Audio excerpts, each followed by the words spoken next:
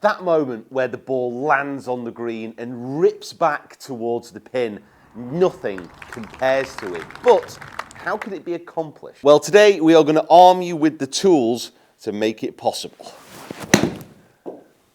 So a big shout out to HackMotion for partnering with me on this video. How you use the wrist angle in the swing has a direct impact on the club, and it's essential for you to know how to use your wrists and the club face throughout impact. Information on HackMotion can be found in the description below, but we're also going to be using it in this video to explain different parts of the swing to maximize that spin. So firstly, what are those essential pieces of kit that you need to generate spin?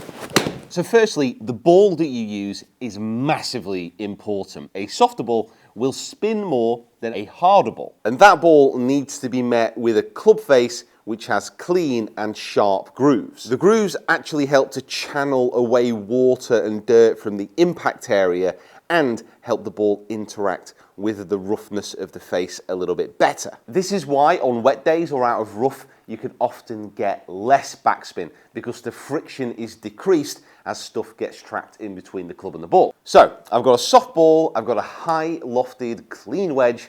What do I need to do with my swing to create those really good impact positions? So firstly, let's absolutely nail your setup. We want to be making sure that the ball position is bang in the center of the stance. You can move it slightly back of center, but the more that you strike down, the increase in the angle of attack and the lower the potential spin loft. We also want to be placing a little bit more weight on the front foot. So let's move 60% of your weight onto that lead side. By that ball position and then keeping that weight on the front foot throughout the swing, that will allow you that downward impact.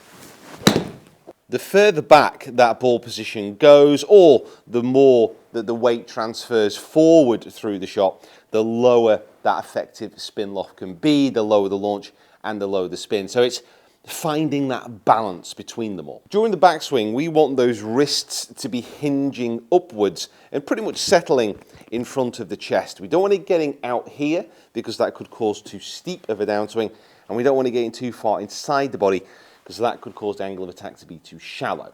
If we can get this club hinged and pretty much in front of the chest, that will allow you to transfer that club straight down into impact. As the club moves down into impact, we want to try and maintain this relationship between the club, the shaft, the lead wrist, and the lead arm. As you can see here on the data, as I'm moving through, my lead wrist remains in flexion. Effectively, your lead wrist could move in flexion, which is also known as bowing, or it can move in to extension, which is also known as cupping. If we extend the wrist angle too early, this will dump the club out early in its angle of attack, can cause fats, can cause fins, but can also cause you to scoop the ball. We need to be maintaining this bit of flexion and the relationship between the club and the lead side. We've got that set up, maintain that little bit of weight on the front foot. Let's just try and maintain that little bit of flexion in the lead wrist coming through impact. Felt very good. Ooh. In-depth wrist angle study is really difficult to see even on a slow motion video, which is why using something like a HackMotion can be so valuable because it gives you that insight, it gives you that data at what is happening at impact. Also allows that pretty instant feedback. So we want to keep that little bit of flexion coming into impact. Ooh. So you can see here I was slightly too flexed at the top, only a little bit, but my impact was pretty much bang on. But how can we practice this? How can we get the feeling of what it's like to maintain that angle through the impact to generate that backspin? So a great way to get the feeling of this is we've already spoken about trying to get the feeling of that wrist hinge and the hands being in front of the chest. We've got that weight on that front side where we've kept it.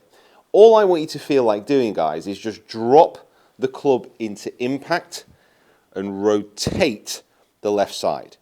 If we drop, rotate, our weight is already on that front foot, and it's this angle that we want to maintain. So front of the chest, drop, rotate, and try and get this lined up. The left arm, shaft at impact. then you can turn from there. Because as you move through impact, I'm not saying you should maintain this amount of flex in that lead wrist forever during the through swing. As you get into impact and you maintain that little bit of flexion, as you turn through, there'll be a natural amount of extension in that lead wrist. Okay, 85 yards. Front of the chest, drop, rotate. Maintain that position just through impact. So I want to be getting about 11,000 spin really on this shot. So am I in range? Yes. Has it gone in? Almost. Come on, backspin. Show me. 11,479. Could not do any better than that.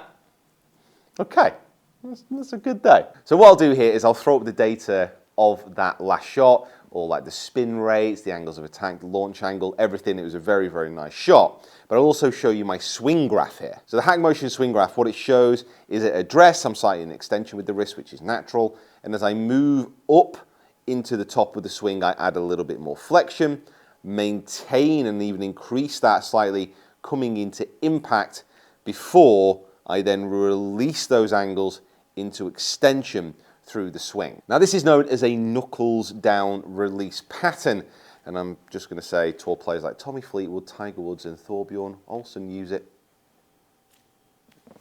So thank you Hack Motion for teaming up with this video. Hopefully you found interesting. To continue your swing quest, please check out these videos here to improve your short game even more.